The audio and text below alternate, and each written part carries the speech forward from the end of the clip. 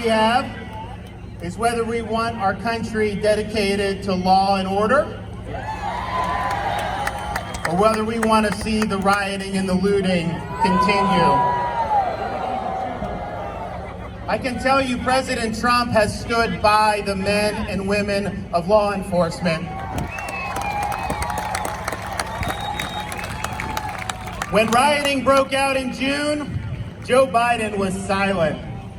Kamala Harris was actually bailing people out who had been caught rioting, sending them out of Minneapolis. And so as these American cities were ablaze, Biden didn't step up. He didn't exercise any leadership, because the fact of the matter is, he wasn't really opposed to what they were doing. Now he says he is, but when it counted, he didn't lift a finger. And I can tell you this, here, we were not going to put up with that. I called up the National Guard immediately.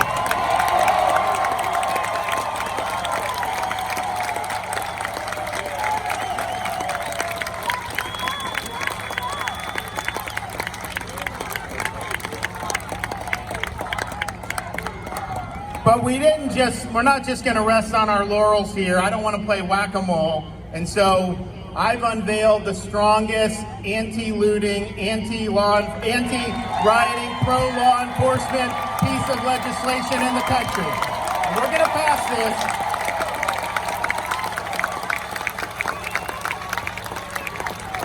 And it says some things very simply. It tells any of our local governments, if you defund law enforcement, then the state's going to defund you.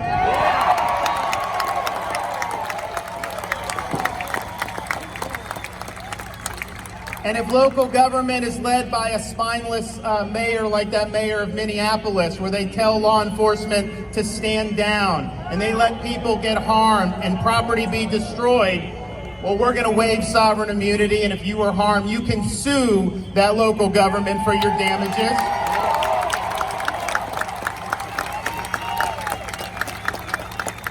We also need to increase penalties. I look around in places like Portland. They get arrested, they get a mugshot, and then they're back on the street the next day doing the same damn thing. In Florida, it's going to be a very simple message. If you loot, you're going to jail.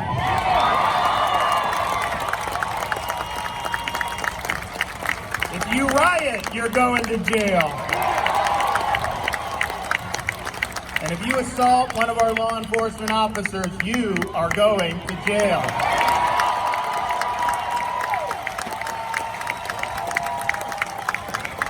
So we are a law and order state, and we need a law and order POTUS. We need the president reelected because we can't let the radical left empower this behavior. Now I have a couple questions.